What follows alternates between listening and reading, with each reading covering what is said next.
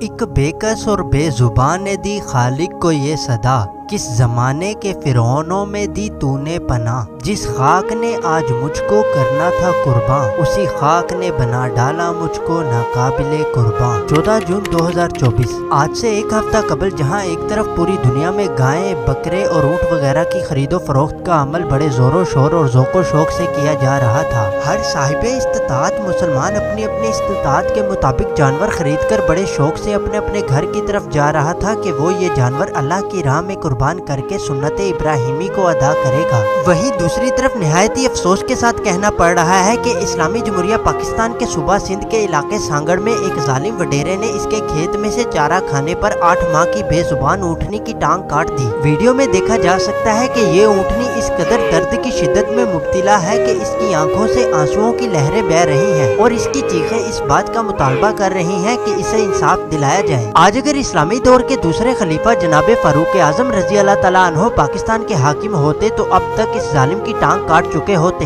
لیکن افسوس کہ اس بے زبان اونٹنی کو کیا معلوم کہ یہ ایک ایسے ملک اور ایسے دور میں رہتی ہے کہ جس کے حکمران مظلوموں کو انصاف دلانا تو دور کی بات ان کی بات سننے کو تیار نہیں ہوتے۔ لیکن ہمیں اس بات کی بھی خوشی ہے کہ چاہے ہمارے حکمران بے غیرت اور بے ضمیر ہیں، لیکن ہمارے ملک میں آج بھی ایسے لوگ پائے جاتے ہیں جو ایک زندہ دل کے مالک ہیں، جنہیں اس معاملے سے تکلیف ہوئی ہے اور انہوں نے اس بے زبان اونٹنی کی داستان کو پوری دنیا تک پہنچایا۔ یاد رکھیے گا کہ حضرت صالح علیہ السلام کی اونٹنی کی ٹانگوں کو صرف 4 لوگوں نے کاٹا تھا، لیکن اللہ تعالیٰ نے پوری بستی کو الٹا کر زمین پر پٹک دیا اور اس کی وجہ اس بستی کے باقی لوگوں کا خاموش تماشائی بنے رہنا تھا۔ قرآن مجید کی سورہ اعراف کی آیت نمبر 77 میں اس واقعے کا ذکر کچھ یوں ملتا ہے، ترجمہ: پھر اونٹنی کے پاؤں کاٹ ڈالے اور اپنے رب کے حکم سے سرکشی کی اور کہا کہ اے صالح لے آؤ ہم پر جن سے تم ہمیں ڈراتے تھے، اگر تم رسول ہو۔ پاکستان کی سرزمین پر جہاں جانوروں پر ظلم کرنے والے درندے اور گھٹیا صفت وڈیرے پائے جاتے ہیں، وہیں اس کی مٹی میں ایسے ایسے شفاف اور نیک لوگ بھی پائے جاتے ہیں کہ جن کی جانوروں سے محبت دیکھ کر ہمارے معاشرے پر جانوروں کے لیے محبت کی روشنی ڈلتی ہے۔ ان میں ایک نام حارث جوید کا بھی ہے،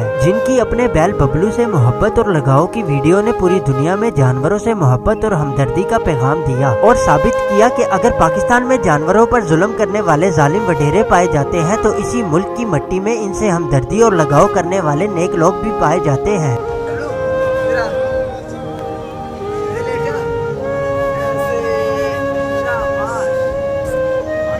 یقیناً حارث بھائی کے لیے ببلو کی قربانی کرنا بہت مشکل تھا اور فیصلہ بھی یہ تھا کہ وہ خود اسے اللہ کی راہ میں قربان کریں گے، لیکن انہوں نے ہمت اور حوصلے سے کام لیا اور جس طرح جناب ابراہیم علیہ السلام نے اپنی سب سے پیاری چیز اللہ کی راہ میں قربان کی، اسی طرح حارث بھائی نے بھی ببلو کو اللہ کی راہ میں قربان کر دیا۔ اللہ تعالیٰ ان کی اس قربانی کو اپنی بارگاہ میں قبول و منظور فرمائے۔ حارث بھائی کے تمام سوشل میڈیا ہینڈلز کا لنک آپ کو نیچے ڈسکرپشن میں مل جائے گا، ان کو سپورٹ ضرور کیجیے گا۔ اس ویڈیو کے اختتام پر میں صرف یہی کہنا چاہوں گا کہ جس طرح ہم سب نے مل کر اس اونٹنی کا ساتھ دیا اور اس کی فریاد کو پوری دنیا تک پہنچایا، اسی طرح مستقبل میں بھی اگر کوئی مظلوم مشکل میں ہو تو اس کی آواز کو پوری دنیا تک پہنچائیں تاکہ اس ناانصافی کے دور میں مظلوموں کو انصاف مل سکے۔ اس ویڈیو کے حوالے سے اگر آپ کا کوئی سوال ہو تو نیچے کمنٹ سیکشن میں پوچھ سکتے ہیں۔ اس ویڈیو میں میں آپ سے کوئی لائک شیئر کا مطالبہ نہیں کروں گا، اگر آپ میری باتوں سے متفق ہیں تو ہمیں سپورٹ ضرور کیجیے گا۔ اپنے میزبان غلام مرتضیٰ کو اجازت دیجیے، ملتا ہوں آپ کو نیکسٹ ویڈیو میں، تب تک کے لیے اللہ حافظ۔